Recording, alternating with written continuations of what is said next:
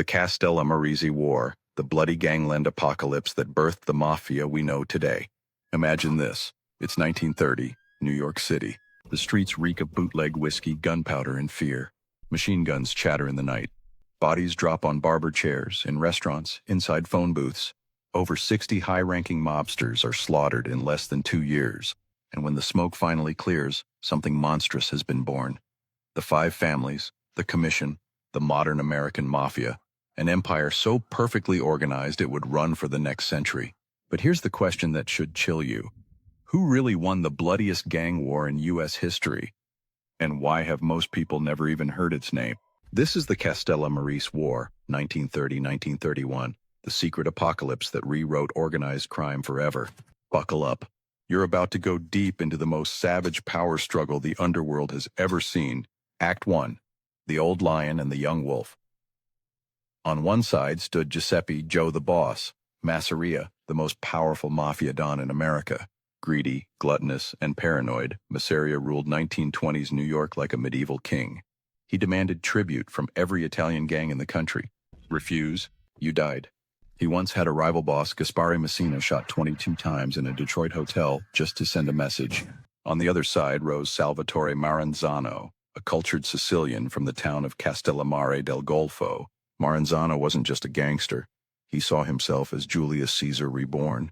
He wore tailored suits, quoted Roman history books, and dreamed of becoming the capo di tutti capi, boss of all bosses, ruling the entire American Mafia like a Roman emperor. Two visions, one throne, only one could survive. Act 2. The war explodes. It started quietly in February 1930 with the murder of Masseria ally Gaspare Milazzo in Detroit. Then the bodies started piling up at a terrifying pace. August 15, 1930, Joe Masseria's top gunman, Giuseppe Morello, the original clutch hand, is ambushed in his Harlem office. Shotgun blasts rip through the door. His face is nearly torn off. October 23, 1930, Masseria strikes back. Joe Aiello, Chicago ally of Maranzano, is machine-gunned, stepping out of a taxi. 59 bullets. The coroner reportedly said he'd never seen a body so destroyed. November 5, 1930. Masseria Lieutenant Manfredi Mineo is gunned down with his bodyguard in the Bronx. Witnesses say the killers used a Tommy gun and a shotgun simultaneously, an unheard-of combination at the time. The newspapers called it the Castellammarese War, because so many of the dead came from that one tiny Sicilian village. Entire bloodlines were being erased. Act 3. The barbershop betrayal that changed everything. Here's where it gets cinematic. September 10, 1931. Coney Island. Nuova Villa Tamaro restaurant. Joe Masseria, the most feared man in America, sits down for lunch with his newest protege, a charming, baby-faced Sicilian named Lucky Luciano. They play cards. They eat spaghetti. Masseria's bodyguards are told to wait outside. Then Luciano excuses himself to the bathroom. 4 men walk in. Vito Genovese, Albert Anastasia, Joe Adonis, and Bugsy Siegel. 20 shots. 10 bullets hit Masseria. 1 is found still clutching the ace of spades. The most powerful mafia boss in America dies with playing cards in his fat fingers and blood pooling under the table. Luciano returns from the bathroom like nothing happened. He tips the waiter $5 and walks out. Masseria's empire collapses overnight. Act 4. The Emperor's coronation and immediate execution. With Masseria dead, Salvatore Maranzano declares victory. In a lavish ceremony in the Bronx, he crowns himself capo di tutti capi. He draws up organizational charts like a Fortune 500 company, 5 families in New York, a national commission, rules for everything. He even gives Lucky Luciano a promotion. Big mistake. Maranzano, drunk on power, decides Luciano is now a threat. He hires Irish hitman Vincent Mad Dog, called to kill him.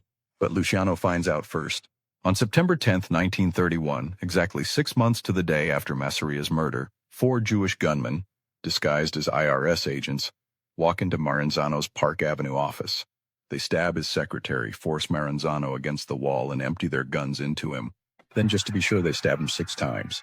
The would-be Caesar dies screaming. The night of the Sicilian Vespers 20, but Luciano wasn't done. On that same day, September 10, 1931, an estimated 40-60 old-school mustache Petes, traditional Sicilian bosses loyal to Maranzano, are wiped out across the country in a single night of coordinated slaughter later called the Night of the Sicilian Vespers. The old mafia dies with them. The birth of the modern mafia. When the blood dried, Lucky Luciano did something revolutionary. He ended the idea of one boss of bosses. Instead, he created the Commission, 5 equal families in New York, plus representatives from Buffalo, Chicago, and others, a board of directors for crime. No more wars over who's on top. No more old country traditions. Just business.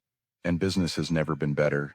Hey, if you're hooked on these deep dives into the dark corners of history, assassinations, secret empires, betrayals that changed the world, hit that subscribe button and ring the bell. We go places most channels won't touch. You won't want to miss what's coming next. The final question, here's what should keep you up at night. The Castellammarese War killed fewer than 100 men, but it created a system so efficient, so unbreakable that the American Mafia ran unchallenged for 50 years.